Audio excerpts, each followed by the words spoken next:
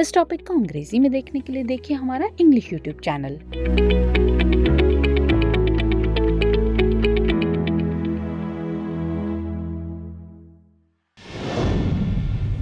दृष्टि आईएएस के to the point programme में आपका स्वागत है। आज का हमारा टॉपिक है man portable air defence system यानी मैनपैड्स।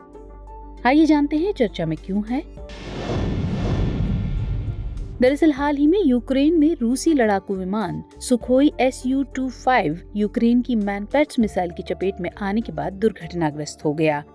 इसके अलावा अमेरिका और नाटो सहयोगियों ने यूक्रेन के लिए $200 मिलियन के हथियार पैकेज को मंजूरी दी है।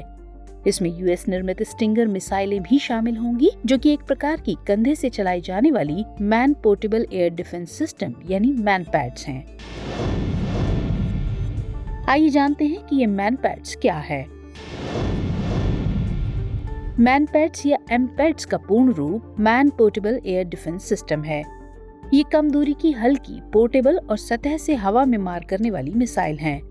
इन्हें किसी विमान या हेलीकॉप्टर को नष्ट करने के लिए व्यक्तिगत रूप से या किसी समूह द्वारा दागा जा सकता है। दरअसल ये एक प्रकार की कंधे से चलाई जाने वाली सरफेस टू एयर मिसाइल प्रणाली है। ये सैनिकों को हवाई हमलों से बचने के लिए ढाल की तरह काम करती हैं। इसके अलावा ये कम उड़ान वाले विमानों को निशाना बनाने में बेहद प्रभावी होती हैं। मैनपैड्स के संचालन के लिए काफी कम प्रशिक्षण की जरूरत होती है। इनकी अधिकतम सीमा 8 किलोमीटर होती है और ये 4.5 किलोमीटर की ऊंचाई पर लक्ष्य को भेज सकती हैं। गौरतलब है कि मैनपैड यानी man portable anti tank system इनके समान ही काम करते हैं, लेकिन ये सैन्य टैंकों को नष्ट व अक्षम करने में इस्तेमाल किए जाते हैं। आइए अब नजर डालते हैं इसकी विशेषताओं पर।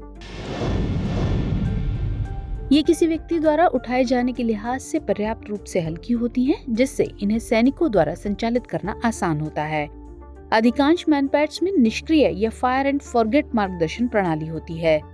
इसका मतलब है कि ऑपरेटर को मिसाइल को उसके लक्ष्य तक निर्देशित करने की जरूरत नहीं होती है, जिससे फायरिंग के तुरंत बाद उन्हें चलाने और स्थानांतरित करने में मदद मिलती है। चूंकि मिसाइल अपने लक्ष्य पर स्थिर रहती है, इसलिए इसे उपयोगकर्ता सैनिक के सक्रिय मार्गदर्शन की जरूरत नहीं होती। ये मिसाइलें इंफ्रारेड यानी IR से सुसज्जित होती हैं, जिससे वे बाद में उत्सर्जित होने वाले ताप विकिरण के जरिए हवाई वाहन की पहचान कर उन्हें टारगेट करती हैं। आइए अब बात करते हैं पूर्व में मैनपैड्स के उपयोग पर।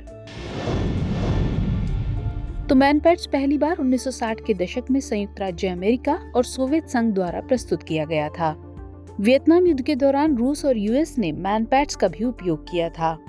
1980 के दशक में अमेरिका ने अफगानिस्तान में मुजाहिदीन को मैनपैड्स की आपूर्ति की, जिसे बाद में सोवियत सेना के खिलाफ इस्तेमाल किया गया। भारत, पाकिस्तान, जर्मनी, यूके, तुर्की और इजराइल जैसे देशों ने भी अपने रक्षा प्रयासों में मैनपैड्स का इस्तेमाल किया है। गौरतलब है कि रूस अब तक मैनपैड्स का सबसे बड़ा निर्यातक देश है। अब बारी है आज के अभ्यास प्रश्न की। निम्नलिखित कथनों पर विचार कीजिए। 1. संयुक्त राज्य अमेरिका मैनपैड्स का अब तक का सबसे बड़ा निर्यातक है। 2. भारत ने अपने रक्षा प्रयासों में कभी भी मैनपैड्स का उपयोग नहीं किया है। 3. मैनपैड्स के संचालन के लिए काफी उच्च प्रशिक्षण की आवश्यकता होती है। आपको बताना है कि इनमें से कौन सा या कौन से कथन सही नहीं है।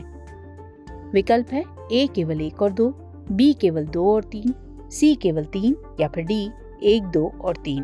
तो इस प्रश्न का उत्तर कमेंट सेक्शन में देना मत भूलिएगा। मुलाकात होगी अगले सेशन में। तब तक के लिए स्वस्थ रहिए, सुरक्षित रहिए। जय हिंद।